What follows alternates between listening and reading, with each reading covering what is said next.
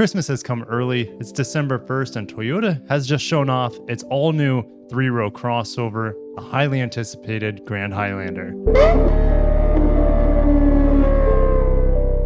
World premiere in early 2023 for the Grand Highlander. Maggie's here with me for this video, and we have automaker revealing a glimpse of the design of the all-new three-row SUV. Okay, we'll get into the image in a little bit. I want to see what they have to say first. Grand Highlander grows the SUV family as an ultimate road trip vehicle, and then world premiere set for the eve of the Chicago Auto Show on February 8th. So mark your calendars, fingers crossed, I'll be there for the event, but I haven't heard anything from Toyota.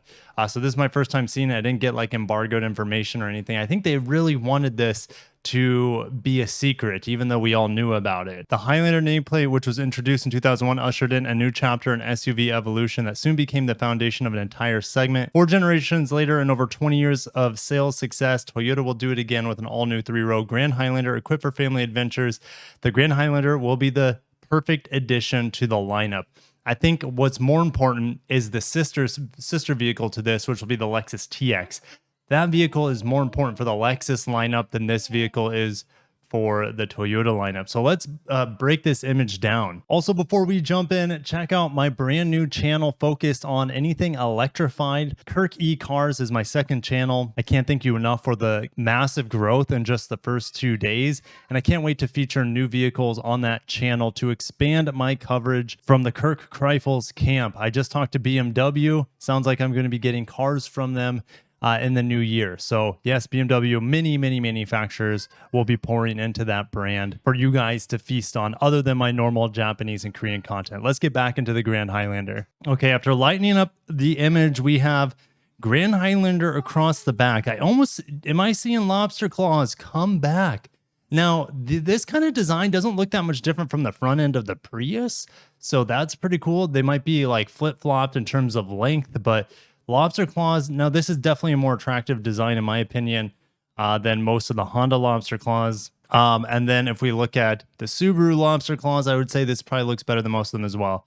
Windshield wiper here on the bottom, so it's not going to be tucked up underneath. We have the antenna fin up here, and then we also have a third brake light, no surprise. Now, this is not like a tailgate or anything like that. This will be a lift gate, just like any other crossover. This shares the same platform with the Lexus RX. I mean, where to begin? The Camry, the RAV4, the Highlander, the Sienna, the Lexus NX, the RX, the Lexus ES, etc. So we have Hybrid Max. Now, the first time we heard Hybrid Max was on the Crown. So the Crown has a turbo 4-cylinder, and we have a Platinum here. It looks like we have a dual exhaust sort of setup. Don't know if these are fake exhaust enclosures. I sure hope not. So let's go over the spreadsheet and talk about the Hybrid Max powertrain. Now, it won't be standard, I don't think. So it'll be the same powertrain as this right here. It has 340 horsepower in the Crown, and it has 366 horsepower in the Lexus RX 500H. The 400 pound-feet of torque here on this Hybrid Max setup.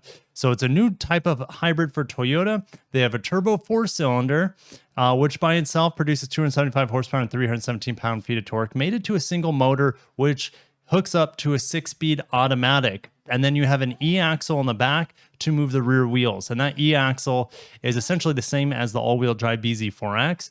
And that is 107 horsepower and 124 pound-feet of torque to move the rear wheels. So you don't need a drive shaft in this sort of setup, which will help for battery placement, as well as maybe adding a plug-in hybrid. Could they add a plug-in hybrid to this setup?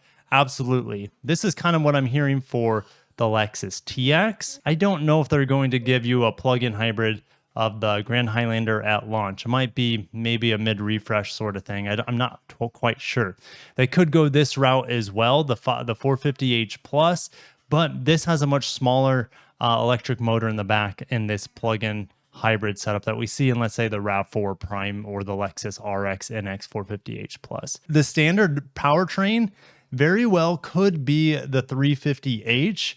And then we see that, let's say, in the equivalent of the Sienna hybrid and the Highlander hybrid. And those produce somewhere around 245 horsepower, and you'll be getting 30 to 35 miles per gallon in that huge vehicle. You won't be getting the same fuel economy in the 500h, or the Hybrid Max, I should say, but still, this might be a better option to go if you're not really concerned about performance, but you could really benefit all the time from that added efficiency. Now, what about just this as the base? This is a possibility. We know the Highlander, I guess it's this engine right here. We know that the Highlander switched over from the V6 to the 2.4 liter turbo. Is there a possibility that this is going to be the base engine here? Maybe. I think it could be the base engine. I think there's also a possibility of the V6, the 3.5 liter, the 2GR still sticking around, even though the standard Highlander got rid of it in place of a 4-cylinder. But since this is a bigger vehicle, like maybe like what Honda's doing with the Pilot and the MDX, maybe Toyota and Lexus for their base engine, they could still put in the V6. I'm not saying it is the V6, but I think it's a possibility. So coin flip between the 2.4 liter turbo 4-cylinder and the naturally aspirated V6. As a family man, what am I looking for in this vehicle? I'm looking for ample amounts of cargo space behind the third row. I'm looking for a usable third row compared to, let's say, the Sequoia. The Sequoia is not bad. As long as your kids are small, but maybe even a little bit roomier. I'm looking for excellent technology. We know this will have some sort of semi-autonomous technology. I don't know if at launch, but eventually it'll have a self-parking technology as well. I think you can do from either your key fob or your phone. So it's going to have a lot of cool stuff to it, a lot of groundbreaking technology. I think that's what I'm hoping for Toyota. I think they've kind of alluded to it themselves. But what are you guys excited for? Are you excited that it's getting the 340 horsepower Hybrid Max? Are you excited that we're finally going to see this vehicle in February? Honestly, I didn't think it would be until later. Maybe spring, or even by a ToyotaCon HQC 2023. So happy that it's coming sooner rather than later, at least not to the market sooner necessarily, but it is coming to be revealed in a very soon date. February 8th, stay tuned. We'll see if I'll be there to bring it to you guys, but thank you for watching. Enjoy yourselves. Have a great day, and peace.